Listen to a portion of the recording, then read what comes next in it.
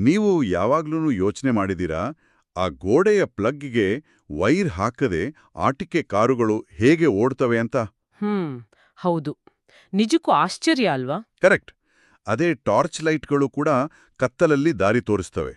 ಆ ಸಣ್ಣ ವಸ್ತು ಅಂದ್ರೆ ಆ ಸರ್ಕ್ಯೂಟ್ಸ್ಗಳಲ್ಲಿ ಶಕ್ತಿ ಹೇಗೆ ಬರುತ್ತೆ ಅನ್ನೋದೇ ಇವತ್ತಿನ ನಮ್ಮ ಈ ಮಾಹಿತಿಯ ಅನ್ವೇಷಣೆಯ ಮುಖ್ಯ ವಿಷಯ. ಖಂಡಿತ.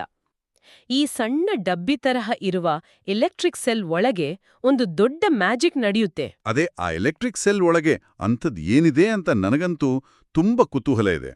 ಆ ಒಳಗೆ ಯಾವುದೇ ವೈರ್ ಇರಲ್ಲ, ಬದಲಾಗಿ ಒಂದು ಪೇಸ್ಟ್ ಅಥವಾ ಪುಡಿ ಇರುತ್ತೆ. ಅದನ್ನೇ ನಾವು ಕೆಮಿಕಲ್ ಎನರ್ಜಿ ಅಂತ ಕರೆಯೋದು. ಓಹೋ, ಅಂದ್ರೆ ಕೆಮಿಕಲ್ಸ್ ಇರುತ್ತಾ? ಹೌದು. ಈ ಕೆಮಿಕಲ್ ಎನರ್ಜಿ ಒಳಗೆ ಒಂದು ರಿಯಾಕ್ಷನ್ ಆಗಿ ಅದು ಇಲೆಕ್ಟ್ರಿಕಲ್ ಎನರ್ಜಿಯಾಗಿ ಬದಲಾಗುತ್ತೆ. ವಾವ್!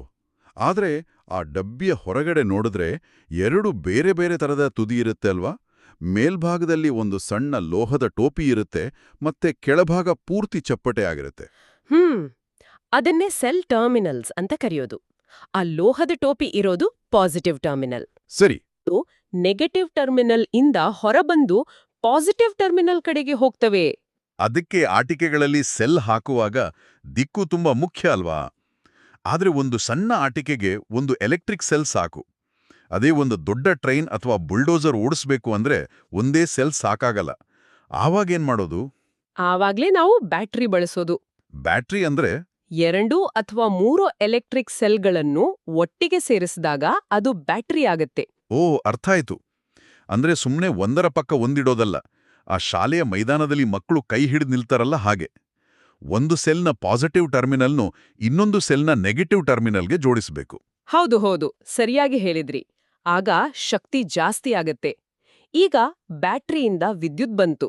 ಆದ್ರೆ ಅದು ಬೆಳಕಾಗಿ ಹೇಗೆ ಬದಲಾಗತ್ತೆ ಅಂತ ನೋಡೋಣ. ಟಾರ್ಚ್ ಲೈಟ್ಗಳಲ್ಲಿ ಎಲೆಕ್ಟ್ರಿಕ್ ಲ್ಯಾಂಪ್ ಹೇಗೆ ಬೆಳಗುತ್ತೆ ಅಂತನಾ? ಕರೆಕ್ಟ್. ಆ ಹಳೆ ಬಲ್ಬ್ಗಳ ಒಳಗೆ, ಅಂದ್ರೆ ಗ್ಲಾಸ್ ಬಲ್ಬ್ ಒಳಗೆ ಒಂದು ಸಣ್ಣ ತಂತಿ ಇರುತ್ತೆ. ಕೂದಲಿಗಿಂತ ತೆಳುವಾದ ತಂತಿ ಅಲ್ವಾ? ಹೌದು. ಅದಕ್ಕೆ ಫಿಲಮೆಂಟ್ ಅಂತಾರೆ. ವಿದ್ಯುತ್ ಆ ಫಿಲಮೆಂಟ್ ಮೂಲಕ ಹೋದಾಗ ತುಂಬಾ ಬಿಸಿಯಾಗಿ ಪ್ರಕಾಶಮಾನವಾಗಿ ಬೆಳಗುತ್ತೆ. ಓಹೋ. ಇದಕ್ಕೆ ಇನ್ಕ್ಯಾಂಡೆಸೆಂಟ್ ಲ್ಯಾಂಪ್ ಅಂತ ಕರೀತಾರೆ. ಇದರ ಕೆಳಗೆ ಲ್ಯಾಂಪ್ ಬೇಸ್ ಮತ್ತೆ ಲ್ಯಾಂಪ್ ಟರ್ಮಿನಲ್ಸ್ ಕೂಡ ಇರ್ತವೆ. ಟ್ರಾಫಿಕ್ ಜಾಮ್ ಆದಾಗ ಎಂಜಿನ್ ಬಿಸಿಯಾಗುವ ಹಾಗೆ ಈ ಬಲ್ಬುಗಳು ಕೂಡ ಬಿಸಿಯಾಗ್ತವೆ ಅನ್ಸುತ್ತೆ.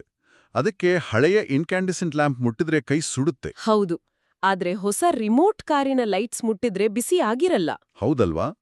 ಯಾಕೆ ಹಾಗೆ? ಯಾಕಂದ್ರೆ ಅದರಲ್ಲಿ ಫಿಲಮೆಂಟ್ ಇರಲ್ಲ. ಆ ಹೊಸ ದೀಪಗಳೇ ಎಲ್ಇಡಿ ಅಂದ್ರೆ ಲೈಟ್ ಎಮಿಟಿಂಗ್ ಡಯೋಡ್. ಇಲ್ಲಿ ಎಲೆಕ್ಟ್ರಿಕಲ್ ಎನರ್ಜಿ ನೇರವಾಗಿ ಬೆಳಕಾಗಿ ಬದಲಾಗತ್ತೆ. ವಾವ್! ಬಿಸಿಯಾಗಲ್ಲ ಅಂದ್ರೆ ಎಲ್ಇಡಿಗಳು ತುಂಬಾ ಸೇಫ್? ಎಲ್ಲಾ ಕಡೆ ಇದನ್ನೇ ಬಳಸಬಹುದು. ಆದ್ರೆ ಎಲ್ಇಡಿಗಳು ತುಂಬಾ ಸ್ಟ್ರಿಕ್ಟ್. ಇನ್ಕ್ಯಾಂಡೆಸೆಂಟ್ ಲ್ಯಾಂಪ್ಗೆ ವಿದ್ಯುತ್ ಯಾವ ಕಡೆಯಿಂದ ಹರಿದ್ರೂ ಬೆಳಗುತ್ತೆ. ಆದ್ರೆ ಎಲ್ಇಡಿಯಲ್ಲಿ ಕರೆಂಟ್ ಇನ್ ಎಲ್ಇಡಿ ಅಂದ್ರೆ ವಿದ್ಯುತ್ ಹರಿಯುವ ದಿಕ್ಕು ಒಂದೇ ಕಡೆ ಇರಬೇಕು. ಒಂದೇ ಕಡೆನಾ? ಹೌದು.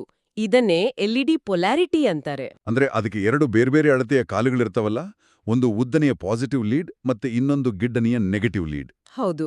ಉದ್ದದ ಕಾಲನ್ನು ಬ್ಯಾಟರಿಯ ಪಾಸಿಟಿವ್ ಟರ್ಮಿನಲ್ಗೆ ಮತ್ತೆ ಗಿಡ್ಡ ಕಾಲನ್ನು ನೆಗೆಟಿವ್ ಟರ್ಮಿನಲ್ಗೆ ಜೋಡಿಸಬೇಕು.